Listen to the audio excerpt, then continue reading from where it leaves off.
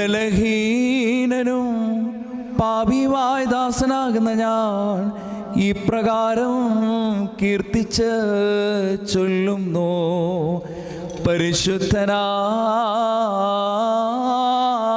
പരിശുദ്ധനായ പിതാവ്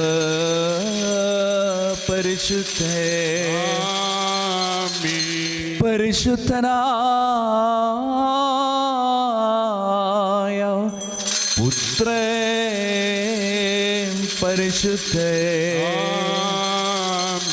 ജീവനും വിശുദ്ധിയുമുള്ള റൂഹ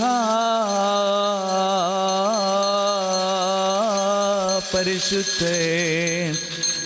താൻ നമ്മുടെ ആത്മാക്കളുടെ മേലും നമ്മളുടെ പിതാക്കന്മാരുടെയും സഹോദരീ സഹോദരങ്ങളുടെയും നേതാക്കന്മാരുടെയും ഗുരുക്കന്മാരുടെയും